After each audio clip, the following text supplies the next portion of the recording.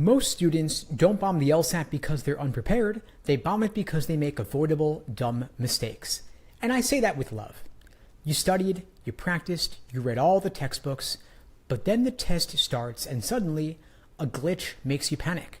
The timer feels like it's judging you, and the proctor breathes kind of weirdly and you spiral. Every single one of these has happened to smart students I've worked with in the past. Not because they weren't ready, but because they weren't ready for this. So today, let's walk through the 7 LSAT test day mistakes that quietly destroy scores, even for top scorers, and we'll talk about exactly how to avoid them. You're going to leave today with a checklist that will protect your score from sabotage. Let's go. The first big mistake is practicing on the wrong platform. And this is something nobody wants to hear, but if you've been studying for months using a third-party platform instead of the official LSAT platform, you're wasting your time. I don't care how pretty the dashboard looks. I don't care if it color codes your mistakes in 17 shades of red. And I definitely don't care if it lets you review questions with a soothing British narrator voice. Here's the truth. The only interface that matters is LawHub. That is LSAC's official testing platform. It's the one you're going to use on test day through Prometric. And it's kind of a mess. The font is clunky, the highlighting tool is weird, and the layout feels like a web app from 2009. But it's what we're all stuck with. And every single time I hear from a student who struggled on test day, they all say the same thing. The buttons didn't work like I expected. The timer looked different and threw me off. And I couldn't find the underlining tool that I practiced with. None of those things have anything to do with content knowledge. It's all interface friction, and that is completely avoidable. And with our students, we always say, your practice environment should match test day exactly. Same interface, same tools, same everything. Because here's what happens if you don't. You sit down on test day and the questions pop up. And instead of thinking about the stimulus, your brain's like, wait, how do I highlight again? Or this font is so annoying. Or where's that answer choice tracker thing I'm used to? And that's mental energy you cannot afford to waste. You need every ounce of your attention on solving the questions, not on figuring out how the interface works. So here's what you want to do. Do all your full-length timed practice tests on LawHub, no exceptions. Get used to the font, the tools, and the layout. Learn how the highlighter works, learn how to flag questions, and learn how the timer appears and how to hide it. Learn how the whole thing feels. By the time test day rolls around, you want your brain to go, oh, this again? Cool, I know exactly what to do. Not, WTF is this screen? You're already solving some of the hardest logic questions on any standardized test, so don't let a janky interface steal your focus. Test like you play and play like you test. And that means practicing with the real thing, not the pretty fake one. Now, the second big mistake is letting the proctor knock you off balance. Proctors are like wildcards. Sometimes you get a total pro who is chill, respectful, and helpful. Other times, it's like someone gave your least favorite middle school teacher a walkie-talkie and too much authority. So let's be real. These people can and do interrupt students mid-test. It could be a pop-up chat box while you're mid-sentence in reading comp. It could be a sudden proctor switch halfway through your section, or a random, hey, can you move your camera a little, whispered directly into your soul. And you're expected to just kind of roll with it. No, you are allowed to set boundaries. So here's what you want to do. Right before the test starts, tell your proctor clearly and politely, if you need to speak with me during the test, could you please pause the timer first? That's it. And you are not being rude here, you are setting expectations. And if they say no or they just ignore you, that's fine, but at least you've made it clear that you're focused, you know your rights, and you're not some nervous kid just trying to wing it. And if a new proctor shows up halfway through the test, say it again. Now let's deal with the real problem. What happens if they interrupt anyway? Because they might. If it happens, don't argue, don't spiral, take one deep breath, literally just one breath, and regain your place. Glance at the question and get back into it.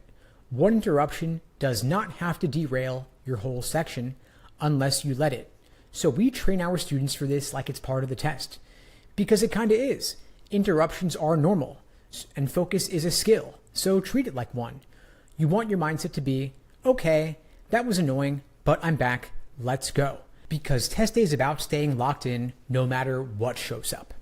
Now, mistake number 3, treating one question like it's the final boss in a video game. You ever see someone get stuck on one question and refuse to let it go? They treat it like it's a personal insult. They say, I will solve this, or just one more reread. Okay, now I've spent 3 minutes, might as well finish it. No, stop. This is not a Marvel movie. You are not fighting Thanos. You are answering one of 76 or so questions. And every LSAT question is worth the same.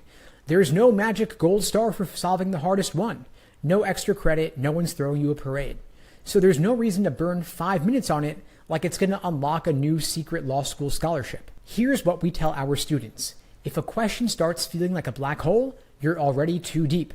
Flag it, move on, and come back later. Because here's what happens when you don't. You sink 4 to 5 minutes into one question, and now you're rushing through the test. You lose your pacing, you make careless mistakes, and you finish the section sweating. I had one student who was a total rock star. She was aiming for a 172 and beyond. But on test day, she hit one reading comp question that didn't make sense. She kept reading it, rereading it, and obsessing. By the time she moved on, she had just minutes left and had to guess on 5 questions. So that one moment of stubbornness cost her the score she had spent months preparing for. She had to retake. And guess what? Next time she used a simple rule. If I'm not making progress in 90 seconds, I move on. And she went up 5 points. And of course, this is not a guarantee that you will experience similar results. Your mileage may vary, but I share this story to show you what's possible when you're willing to let go and move on. So here is your takeaway. If a question makes you feel like you're drowning, skip it. Come back later with a fresh perspective, and you'll often see the answer instantly because your brain isn't panicking anymore. The LSAT is not about winning every question. It's about managing your time and attention like a pro. So treat each question like it's on a clock, because it kinda is. And if it won't crack under pressure, come back later and finish it off clean. No heroics, no drama, just smart execution. Mistake number 4, obsessing over the countdown timer. You know that scene in every action movie where someone has to defuse a bomb with 12 seconds left on the clock? That's how a lot of students treat the LSAT timer.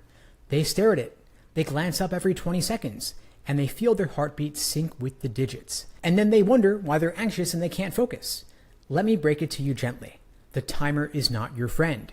It's a distraction wearing a watch. Yes, you need to manage your time. But no, that does not mean watching the seconds melt away like it's a nuclear countdown. So click the timer and hide it. Make it go away. Seriously. The Law Hub interface lets you collapse it. It'll automatically pop back up at the 5-minute warning. That's all you need. So we train our students to develop internal pacing instead. Not because it's fancy, but because it works. Here's what that internal pacing can look like. It means you know roughly how long each question type takes you. It means you check your progress by question number, not by panic clock. And you feel the rhythm of the section instead of reacting to a blinking number. For example, if you're halfway through logical reasoning and you're still on question number 12, that's a signal. No anxiety, no flailing, just awareness. That means, cool, I've got to pick up the pace a little bit. Compare that to someone who keeps glancing up at the timer every 30 seconds. They're basically running a mental side process the entire time. It's like trying to solve logic puzzles while someone's poking you in the ribs every minute. So what do you do instead? Practice hiding the timer during full-length practice tests. Know your checkpoints, like for example, I'm usually halfway done at 17 minutes. Then you use those benchmarks to self-correct without any drama. Because here's the truth. If you've done the prep, your pacing is already solid. You just need to trust it.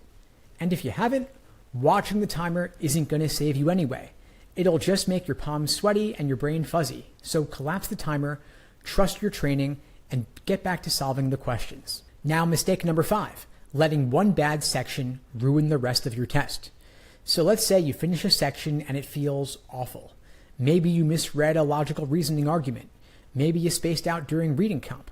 Whatever it was, it's over and the section is done. Yet your brain, for some reason, won't let it go. You spend the break spiraling. You're thinking to yourself, I blew it. What if that cost me everything? And should I cancel my score? And while you're doing all those mental gymnastics, guess what's happening? You are sabotaging your next section. One bad section is not the problem. The real problem is dragging that emotional baggage into the next one. This is what I call LSAT trauma looping, reliving a mistake that no longer matters. Because here's the truth. You can't go back. You don't know how bad it actually was, and you still have more points to earn right now. So we train our students to mentally reset after every section. Not because it sounds nice, but because it's the only way to stay in the game. Think of elite athletes. They miss a shot and they move on. They don't stare into the distance thinking, I wonder what the coach thinks of me. So you want to build that same skill. Here's how. Before the test, practice deep breathing. Just take 3 slow breaths between sections. You can also try visualizing a giant mental reset button after every section. And remind yourself that section is over. My job is to dominate the next one. Then after the test, don't rush to review the bad section. Let it sit.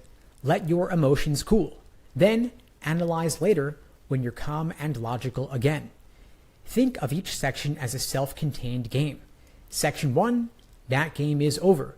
Section 2, new game, new mindset. Goldfish memory, clean slate. You owe that to yourself. Because the LSAT isn't just about how smart you are. It's about how fast you can recover when something goes wrong. And something will go wrong. It always does. The winners aren't the ones who avoid mistakes. They're the ones who bounce back fast. Mistake number 6, believing everything rides on this one test. Let's talk about pressure. You sit down on test day thinking, this is it. Everything depends on this. If I screw this up, I won't get into law school, I won't get a scholarship, and on and on and on. Whoa, chill. That mindset doesn't make you perform better. It turns your brain into a stress burrito. You are not diffusing a nuclear bomb here. You are taking a standardized test that happens 8 times a year and that law schools allow you to retake. And I'll say that again. Law schools only care about your highest LSAT score. Not your average, not your first attempt, just the highest one. That means if something goes wrong, you can retake it and it's completely normal. Some of the best students I've worked with took the LSAT 2, 3, 4, 5 times. They didn't fail. They simply got smarter with each round and walked away with higher scores and bigger scholarships. Think about that. The LSAT is one of the only parts of the law school application process where you can get a do-over and it actually helps you. So why put yourself in an all or nothing mindset?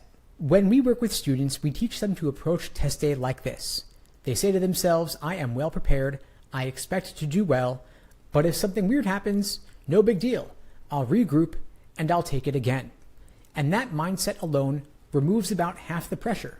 And when the pressure drops, you read more clearly. You stay calmer under time pressure. You recover faster from mistakes. And you don't spiral when a question throws you off. In other words, you actually perform better. So here's the shift. Instead of, I have to get it right today or I'm screwed, think to yourself, this is one of several shots. Let's see how it goes. It's still important, but it's not everything. And when you stop gripping the test like it's life or death, you finally give yourself room to perform at your best. Mistake number 7, changing your strategy on test day. You ever see someone try something completely new on game day, like switching their basketball shooting form in the middle of the playoffs, or deciding to run a marathon in brand new shoes because they felt lucky? Of course not, because it would be a total disaster every single time. And yet LSAT students do this constantly. They might say to themselves, I usually drink coffee, but maybe I'll skip it today for the first time ever just to be safe. Or what if I skip around more this time just to kind of feel it out? This is not the moment for experimentation. Test day is not your sandbox, it's your performance. So we hammer this into our students before every single official test. Test day is a place to execute what you already practiced. That is it. There is zero benefit to last-minute innovation. You've spent weeks, maybe months, developing your system, how you approach each question type, what to do when you get stuck, how you pace yourself, what your break routine looks like, what snacks you eat, even what shirt you wear. All of that matters. Why? Because it removes decision fatigue. That's why I bought a dozen of these gray t-shirts and I wear them every single day. The best test takers walk into the LSAT knowing exactly what's going to happen. So there are no surprises, no mid-test brainstorms, no caffeine roulette. They've done dry runs. They've dialed in their setup. By the time they sit down on test day, they're on autopilot. And you want to be that person. So here's what to do right now before your test. Lock in all your routines, your morning routine, your break routine, your food, clothing, and so on. You also want to rehearse your section strategies until they feel boring. And boring is a good sign, by the way. You want to do at least one full-length practice test that simulates every part of your test day. And you want to stick to what worked during your prep, no matter what your nerves tell you on test day. And if your brain whispers, but what if we try something totally different today? You answer, cool idea, write it down, we'll test it if we decide to retake, but not today. Test day is about execution, not innovation. Stick to the plan. Now here's a bonus tip for you. Control F does not work anymore. There was a time, a couple of years back, when you could use it on the LSAT. It was nice for reading comp because if you need to find that one little detail, boom, type it in, found. But LSAC took away that functionality and they replaced it with their own slow, clunky, awkward search bar. And as a result, you're stuck staring at the screen for a couple extra seconds. So here's what you do instead. You become your own search engine. When we help students, especially on reading comp, we train them to map the passage in their heads. Not to memorize it word for word, but to know where the good stuff is. So that starts with learning the structure, not the trivia. You're not highlighting random quotes here, but instead you're thinking paragraph by paragraph. This one's the setup, this one's the core argument, this is the counterpoint, and this is the conclusion. That way, when a question asks about a specific detail, you already know which part to jump to. And so yes, LSAC search tool still exists technically, but it's slow and unreliable. If you want to see how it works, try using Inside Law Hub. Don't use it for the first time on test day. And ideally, the best students don't need Control F because they've trained themselves to work without it already. They can scan a passage and instantly know the details in paragraph 2 around the third sentence. This is just a function of putting in the reps, and you can start now. Train your brain like the best search tool you've got. And that's it.